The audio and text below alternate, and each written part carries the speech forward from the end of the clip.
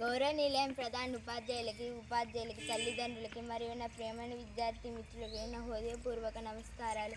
అందరికీ స్వాతంత్ర్య దినోత్సవ శుభాకాంక్షలు. ఈరోజు మనందరికీ ఎంతో ప్రత్యేకమైన రోజు. ప్రతి సంవత్సరం ఆగస్టు 15వ తేదీన మనం స్వాతంత్ర్య దినోత్సవాన్ని ఎంతో ఘనంగా జరుపుకుంటాం. ఎందుకంటే 1947 ఆగస్టు 15వ మన భారతదేశ బ్రిటిష్ పాలన నుండి స్వాతంత్ర్యం పొందింది. సంవత్సరాల పాటు పొందిన పోరాటం, త్యాగం,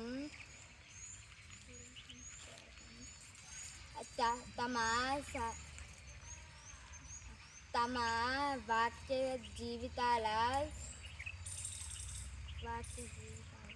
సుఖం ఆస్తులను మాత్రమే కాదు, ఈ త్యాగం కూడా చేశారు. ఈరోజు అందుకే ఈరోజు వాళ్ళని స్మరించుకుంటూ ఈ స్వాతంత్ర్య దినోత్సవాన్ని జరుపుకుంటాం. ఈ అవకాశం ఇచ్చిన మేడం గారికి ధన్యవాదాలు.